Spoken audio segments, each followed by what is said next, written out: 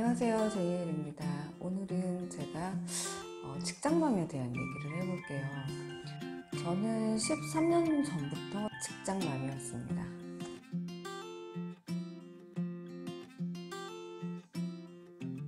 아이를 바로 낳지는 않았지만 12년 이상을 아이와 함께 일을 했던 것 같습니다. 직장맘이라고 한다라고 하면 일반적인 가정에 맞벌이 하는 가정보다 아이들이 있으면 본인의 시간이 정말 많이 줄어들게 돼요. 회사 일도 해야 되고 집안일도 해야 되고 아이들 케어도 해야 되죠. 그래서 직장맘들은 많은 일을 해야 되다 보니까 많이 지칩니다. 근데 지금 시대는 맞벌이를 하지 않으면 안 되는 시대 같아요. 더군다나 서울 같은 경우, 만약에 내가 물려받은 재산이 많아서 주거가 해결이 되고 먹는 게 해결이 되고 이런 것들이 다 해결이 된다라고 하면 맞벌이 안 해도 되겠죠. 근데 저 같은 경우는 저와 허스밴이 같이 벌어서 이제 살아가야 되는 경우였어요. 한 달 벌어서 한 달 사는 거였죠. 근데 한 달 벌어서 이거를 다 쓰게 되면 그 다음이 없기 때문에 한 달 벌어서 조금 쓰고 모으고 조금 쓰고 모으고 이렇게 생활을 시작을 했었어요. 근데 대부분 사람들이 그렇게 시작을 할 겁니다. 그래서 그때 한 12년 전에는 우리 가족에게, 신랑과 저에게 워라밸은 없었어요. 요즘은 면접을 봐도 워라밸을 물어보더라고요. 그때는 워라밸 자체가 없었습니다. 우선은 내게 주어진 업무가 있으면 그 업무를 무조건 해야 됐거든요. 그 업무를 하지 않게 되면 그 이유는 저에게 어떤 문제가 생길 수도 있기 때문에 그 업무를 꼭 해야 됐습니다. 그리고 제가 월급이 적고 많고 그거는 저는 이제 제가 급했죠.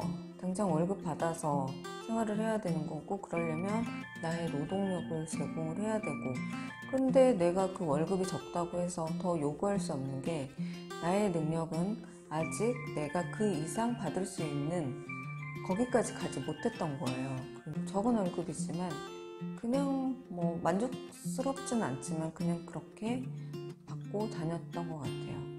직장맘으로 1년, 2년, 3년, 4년 이렇게 다니다 보니까 자연스럽게 나의 경력이 쌓이게 되고 나의 업무 지식이 쌓이게 되면서 더 많은 업체를 예전보다는 좀 문제가 덜하게 그렇게 업무 처리를 할 수 있게 되는 때가 오더군요. 그러면서 그때부터는 이제 연봉 협상이라는 걸 합니다. 이제 회사에서 주고 싶은 연봉은 얼마인데 저도 이제 받고 싶은 연봉이 있을 거잖아요. 그래서 그때부터는 연봉에 대해서 얘기를 했어요. 그 전에는 올려주는 대로 받았거든요. 근데 또 내가 연봉 협상한다라고 해서 이거를 다 수용을 해주진 않아요. 그래도 적정선은 유지를 해주는 그런 게 있어요.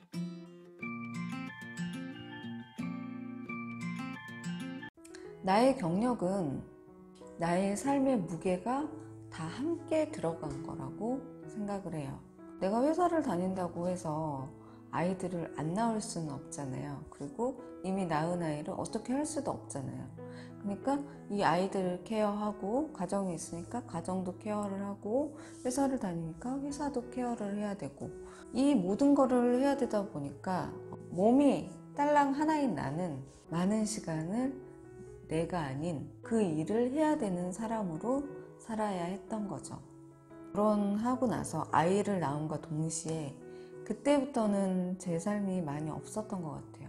저에게 돈을 투자하지도 않고 옷도 사지도 않고 화장품도 안 사게 되고 먹을 것도 후식을 좀 안 하게 되고, 그런데 반면에 이제 아이들이 있으니까 아이들한테 들어가는 그 돈들이 있어요. 유치원을 다니면 유치원비, 생활용품들, 그리고 이제 장난감들, 책값, 이런 것들에 투여가 되다 보니까 나의 월급이라는 거는 한정적이고 아이들은 계속 커가고 있고 요구하는 것도 많아지고 하다 보니까 제가 저에게 쓰는 돈들이 점점 낮아지고 나중에는 거의 안 쓰게 되는 때까지 갔어요. 그 생활을 제가 한 7년을 한 것 같습니다. 2008년도부터 2014년 정도까지 거의 돈을 제게 쓰지 않았어요. 근데 제가 중간에 한번 쓰러집니다. 중간에 한번 2014년도에 쓰러지고 난 뒤에 생각을 바꾸게 됩니다. 내가 당장 언제 죽을지 모르는데 여기서 계속 이렇게만 살아서는 안 되겠다. 근데 2014년 정도 됐으면 2014년도에는 제가 그래서 저희 집을 마련을 한 상태였거든요. 그래서 집도 이제 있으니까 조금 마음이 놓였던 것 같아요. 그러면서 저에게 조금씩 돈을 투자를 하기 시작합니다. 근데 사람이 갑자기 나 이렇게 바꿔야지 한다라고 해서 갑자기 바뀔 수 있는 게 아니에요. 우선은 뭔가 외모적인 걸 바꾼다라고 하면 당장 돈이 들어갑니다. 근데 처음부터 꾸준히 이렇게 외모에 돈을 썼던 사람들은 이미 기존에 써놓은 자금이 있으니까, 돈이 있으니까 그런 화장품도 있고 옷도 있고 신발도 있고 가방도 있고 뭐 이러지만 저는 아무것도 없었거든요. 그러니까 다 처음부터 다 사야 됐던 거죠. 그러니까 처음에 돈이 이제 많이 들어가는 거예요. 그러니까 지금까지 그렇게 돈을 써보지를 못했는데 돈을 막 쓰려니까 조금 아깝긴 아깝더라고요. 근데 그거를 이제 보충을 해줄 수 있었던 게 저의 월급이 올라갔습니다. 아이를 키우면서 아이들이 어렸을 때는 얘네들이 언제 클까 너무너무 힘든데 그래서 나의 시간이 없고 계속 이 시간에만 머물러 있을 것 같았는데 아이들이 지금 어느 정도 크고 보니까 지금은 자연스럽게 시간이 흘러가면서 저의 경력도 쌓아지고 저의 업무 지식도 올라가고 그러니 이제 자연스레 또 저의 연봉이라는 게 또 같이 올라가게 되더라고요. 근데 중간에 내가 너무 힘이 들어서 아이를 키워야 되니까 너무 힘이 드니까 월급이 적으니까 내가 월급이 적으니까 그 시간에 다른 걸 하지 아이를 케어하지 만약에 이 생각도 저 당연히 했어요. 그러니까 이렇게 얘기를 하는 건데 그렇게 결정을 하고 회사를 그만두고 아무 일도 하지 않았다면 저는 아마 그 몇 년 전에 머물러 있지 않을까 싶어요. 제가 인생 그래프라고 해서 얘기하는 게 있습니다. 인생 그래프라 해서 이렇게 올라가는 게 있거든요. 우리가 뭔가 시간을 투여하고 돈을 투여하고 하면 갑자기 뭐가 잘 될 것 같아요. 근데 그렇지 않죠. 인생이라는 게. 그리고 이 업무라는 것 자체도 내가 정비례 하듯이 내가 시간을 투여한 것만큼 나의 경력과 실력도 경력은 뭐 올라갈 수 있겠지만 나의 업무 능력이 확 올라가진 않습니다. 그래서 처음에는 이렇게 바닥을 기고 있죠. 바닥을 기다가 어느 시점이 되면 이게 지식이 그동안 계속 누적이 된 게 있잖아요. 그래서 이게 어느 순간 확 나올 때가 있어요. 그걸 제가 언제 느꼈냐면 2015년도에 제가 9년 다닌 회사를 퇴사를 하게 됩니다. 그 전에 9년을 다닌 거는 이제 한 곳에 머물러 있으니까 익숙하기도 하고 월급에도 나름대로 만족을 하고 있었거든요. 그래서 다른 회사를 갈 생각을 못하게 되는 거예요. 여기만한 회사가 없다. 그랬는데 어떤 계기로 해서 제가 이제 이직을 하려고 이제 면접들을 보게 됩니다. 근데 퇴사를 하게 되면 약간 이제 우울한 면도 있을 수 있는데 저는 그때 이제 조금 자신이 조금 생겼어요. 그 전에는 자신감이라고는 전혀 없었거든요. 근데 면접을 보러 다니면서 내가 이렇구나 라는 거를 알았어요. 예전에는 이제 사람들하고 막 얘기하는 것도 막 버벅대고 잘 모르기도 하니까 그리고 말하는 것 자체를 그렇게 좋아하지 않아서 이렇게 막 버벅댔는데 그 면접을 볼 때 너무 자연스럽게 보게 되는 거예요. 그때는 회계법인 쪽으로 면접을 많이 봤으니까 면접을 보러 가면 세무사나 회계사랑 이제 면접을 보는데 너무 자연스럽게 얘기를 하는 거예요. 이게 면접이 아니라 그냥 간단한 미팅을 하는 정도로. 근데 이제 업무 관련해서 물어보죠.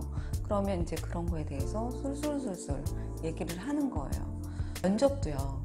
면접 시간이 있어요. 면접 시간이 짧게 보는 거는 저분한테 더 이상 기대할 게 없다 라고 생각이 들어서 이제 면접이 짧아지는 경우도 있고요. 면접이 길어지면 우리 회사에서 생각하는 게 있는데 이 사람이 그 역량을 갖고 있나? 라고 해서 면접을 길게 보는 경우도 있어요. 면접이라는 거 자리는 되게 불편한 자리예요. 불편한 자리여서 나의 역량을 모두 보여줄 수 있으면 좋은데 그게 이제 떨리다 보니까 그게 잘 안 돼요. 저도 이제 면접을 볼 때 그러한 생각으로 면접을 보게 됐는데 내가 우선 그 전에는 업무 지식이 얕아서 대답을 못하는 부분이 있었다라고 하면 9년 정도 되니까 다양한 경험을 했고 세무 회계 쪽에서는 꼴릴 게 없는 거예요. 그래서 면접을 좀 시원시원하게 봤던 경험이 있어요. 이 말이 있잖아요. 이 또한 지나가리라. 너무 흔한 말이죠. 이 또한 지나가리라. 나의 힘듦을 누군가한테 얘기를 할 때 조언을 해준다라고 하면 야 그거 다 지나가. 생각하지 마. 뭐 이런 식으로 조언을 해줘요. 그러면 그런 조언을 받는 사람 입장에서는 지가 안 힘드니까 저런 말 하는 거지. 이렇게 받아들일 수 있거든요. 근데 그 사람이 지금 힘들다라고 해서 이 이야기를 듣는 사람이 막상 어떻게 해줄 수 있는 방법이 없어요. 그냥 다만 지금 현실이 너무 힘든 거를 계속 힘들다 하지 말고 이거 곧 지나가니까 좋은 생각을 하자라고 얘기를 하는 거죠. 근데 그걸 언제 깨닫냐면 그 시간이 지나간 뒤에 그때 그렇게 힘들었지. 근데 지금은 그런 생각도 안 하고 있네 라는 거를 시간이 지나서 본인이 깨닫는 때가 올 거예요. 제가 그랬거든요. 제가 거의 지금 이제 5년 정도 됐는데 5년 전에 너무너무 힘들었거든요. 그 힘듦의 시간이 한 6개월은 갔던 것 같아요. 근데 지금에 와서는 이제 막 자연스럽게 얘기도 하지만 그때는 정말 너무 힘이 들어서 하늘이 무너지는 것 같고 세상이 날 다 버린 것 같고 뭐 그랬었어요. 조언을 구해도 귀에 안 들어오고 본인이 깨닫는 수밖에 없어요. 근데 정말 이거는 정말 식상한 말이지만 이 또한 지나가리라. 이거는 거의 모든 거에서 다 통하는 것 같아요. 내가 지금 당장 업무 때문에 힘들지만 우리는 뭐 세무신고를 한다라고 하면 세무신고 기한이 있기 때문에 그 기한이 언젠가는 지나갑니다. 지금 이 시간도 시간이 계속 흘러가고 있기 때문에 계속 지나가요. 근데 그게 나는 지금 당장 너무 힘드니까 안 지나가는 것처럼 보이는 거죠. 근데 일정 시간이 지나간 뒤에 저쪽에서 보면 이미 지나갔어요. 그렇듯 정말 이 또한 지나가리라는 정말 식상하지만 정말 명언이에요. 누가 있는지 모르겠어요. 정말 잘 지은 말 같아요. 지금 직장맘들 너무 힘들 겁니다. 근데 그 시기를 잘 버텨내시면요. 아이들도 크고요. 아이들을 키우는데 만약에 도와주는 사람이 없다. 아니면 도움을 받을 수 있는 게 있는데 너무너무 미안하다. 그거 그 순간이에요. 미안한 거 표현하시면 되고 그에 대한 또 어느 정도 고마움을 표시해주면 되니까 그 또한 지나가니까 아이들도 다 커요. 그러니까 지금 아이들 때문에 내가 뭔가 일을 그만해야지 라는 생각을 하신다면 그러지 않았으면 좋겠어요. 물론 아이는 엄마가 키우는 게 가장 좋다라고 하지만 잘 키울 수 있는 방법을 더 찾아보시고 일을 중단하는 거는 좀 재고를 해봐야 되지 않나.